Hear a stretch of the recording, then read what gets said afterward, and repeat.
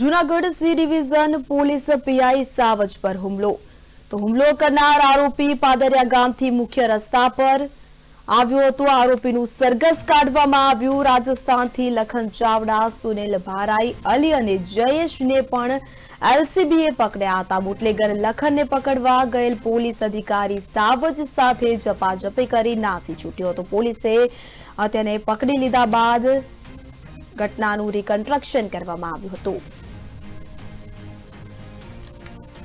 પ્રોહિબિશનના wanted આરોપી લખન મેરુ ચાવડાએ C division police inspector Shri Vatsal Savaj પર હુમલો કરેલો અને ફરજ રૂકાવટ કરેલી। આ ગુનાના કામે અન્ય અજાણ્યા 7 થી 8 ઇસમો પણ હોય। જૂનાગઢ ક્રાઇમ બ્રાન્ચ દ્વારા લખન મેરુ ચાવડા, સુનિલ લાખા ભારાઈ, અલી ઉર્ફે બબલુ મકરાણી, જયેશ ઉર્ફે ઇલુ આ 4 શખ્સોને છે રાજસ્થાનના જોધપુર ખાતેથી પકડી પાડેલા છે।